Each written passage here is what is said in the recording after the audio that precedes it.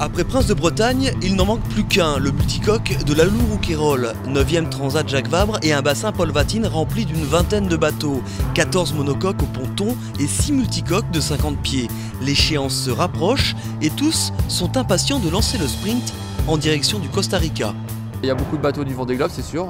Maintenant, c'est pas la même philosophie, c'est pas la même approche. Là, on part sur un sprint, on va dire, de 15 jours, 3 semaines. Donc, ça va être très intense. Il y a des très bons bateaux, des équipages très affûtés. Il n'y a pas beaucoup de mauvais bateaux, donc mauvais équipages. Donc, aller chercher une belle place au final, ça va pas être facile.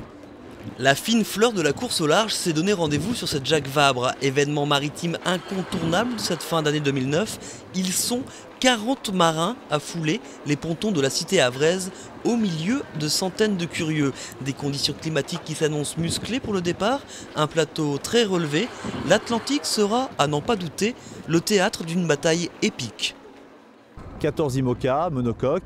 6 multicoques 50 pieds. Sur les 14 IMOCA, tous peuvent prétendre à la victoire. On a des tandems de luxe comme Akena avec Vincent Rioux et Arnaud Boissière, comme sur Belle, François Gabard, un jeune talent qui est associé à Quito de Pavan, qui a une belle revanche à prendre. Veolia, des vieux briscards comme Jean-Luc Nélias et Roland Jourdain. Et sur les multi 50, on a 2 nouveaux bateaux, 2 très belles unités. Actual avec Jean Le Cam, spécialiste et du monocoque et du multicoque, ou Crêpoaou, Francky Vescoffier avec Erwan Leroux. Relier le Havre à Puerto Limón au Costa Rica, la Jacques Vabre se veut le trait d'union symbolique d'un monde plus responsable, porté sur le développement durable. Action écologique à la clé afin de réduire l'impact de la manifestation et en bonus, la présence de Nicolas Hulot.